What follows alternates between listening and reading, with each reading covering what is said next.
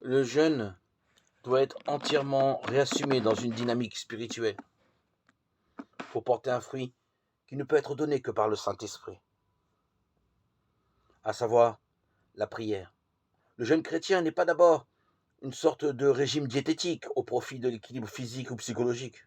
Ce serait insuffisant. La faim corporelle doit immédiatement orienter vers une autre faim, celle de Dieu.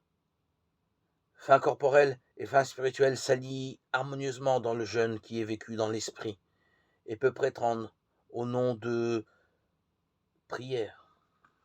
Car celui qui jeûne doit expérimenter dans son corps comment l'homme ne vit pas seulement de pain, mais de toute parole qui sort de la bouche de Dieu. Voici une anecdote d'un croyant qui avait l'habitude de ne manger que 2 fois la semaine. Il passait les autres jours dans un jeûne total.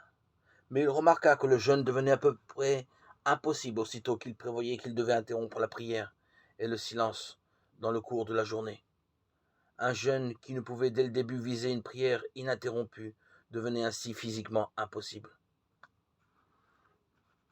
Un autre croyant fit une expérience analogue, mais au sens inverse. Aussitôt qu'il avait pu persévérer dans la solitude de la prière, manger lui devenait un problème. Il devait s'y contraindre et n'y réussissait même pas toujours, car il était sans interruption en libre et spontanée conversation avec Dieu, sans le moindre effort.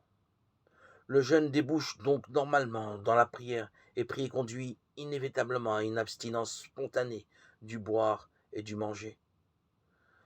De nouveau, nous rencontrons ici le cœur et le corps dans leur féconde interaction.